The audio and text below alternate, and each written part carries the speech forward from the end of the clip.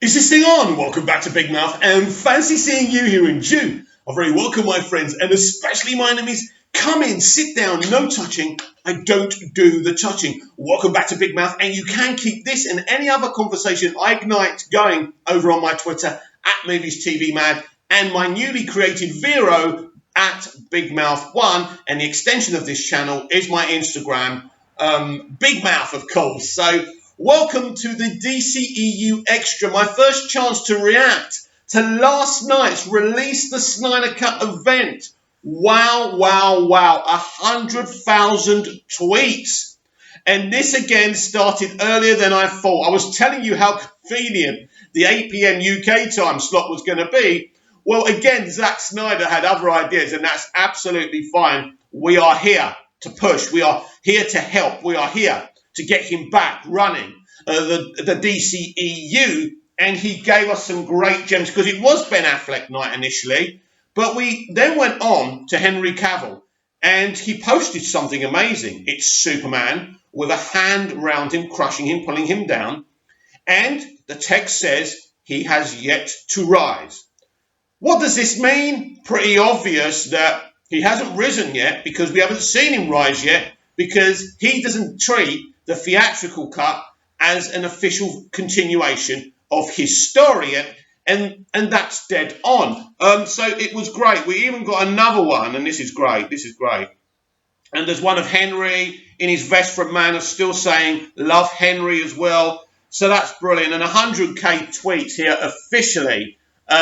Really exciting. And you know what? What an achievement. As I say, I think we started around 6 o'clock, and I think it just went on and on and on. And anyway, we reached 100k tweets. So well done, everyone. Of course, I did my bit, posting a few tweets, and most importantly, retweeting and retweeting until I couldn't feel my fingers. Look, this week's been great fun, but we mustn't forget we haven't achieved anything. Of course, all the tweets, I think altogether, we've probably, well over 200,000 tweets all this week. It's been brilliant. We've been told this week's important. We've been told that they are washing. I've explained everything to you why this week's so important on this week's DCEU Daily over on my homepage. Please check it out, because there's some information that a lot of us didn't know before. A very explosive video. You really need to check that out. But anyway, I have been tweeting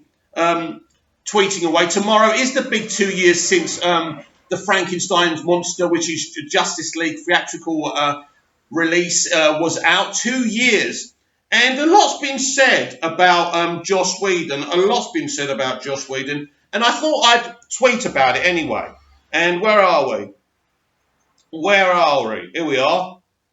I did do a kind of, I wrote a big kind of Twitter kind of tweet, whatever they're called anyway. So this is what I said, and this is how I see Joss Whedon's role in Justice League. Of course, I could be wrong. For whatever reason, Zack wasn't going to remain on that film, so someone had to finish it. I think we know that Batgirl was a big deal to Joss, so he took the Justice League gig.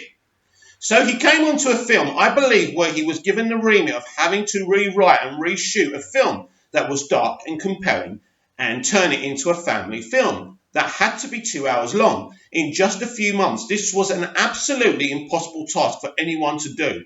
How he was able to even put anything together was an achievement in itself.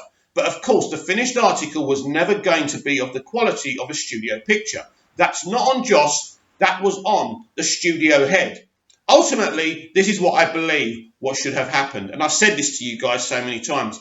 I believe the studio should have spoken to Zack after the reaction to Batman v Superman and just released him from the franchise and brought in Joss to develop his own DCEU, where he could course correct elements. I believe in that remit, Joss would have given us something special. Ultimately, after watching the Justice League movie, I felt let down and betrayed, but not by Joss. He had an impossible task, and he did it to the best of his ability. I wish him a great future in the industry, and I hope for Zack we can release the Snyder Cut.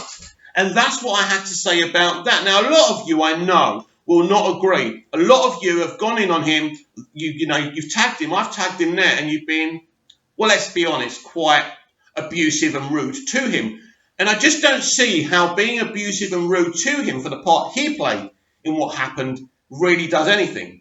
I don't think he's responsible for the removal of Zack Snyder. Look, Tsujihara was going to remove Zack Snyder. Someone had to come in and do what they wanted. And as I said, Joss wanted Batgirl, so he did it. He did the best that he could. His best wasn't good enough because of the remit he was given. And in other circumstances, I think he would have done a great job. So this is why I've never gone in on him, because he's obviously tried to stay really quiet. He's blocked so many people. I mean, just for even hashtagging release the Snyder Cut, which I think is a shame. I think Josh should come out and, make his position extremely clear. And I think that would stop a lot of the abuse. On Zack Snyder, I've never known a creative who's been removed from a project fight so hard, move heaven and earth to get himself put back on that project, on that franchise. I think we're seeing Hollywood history in the making here. All this week we've released the Snyder Cut, tagging week, right? Hashtag week, right? This is history. We have never seen anything of the like before. And if he's reinstated, this will be Hollywood history.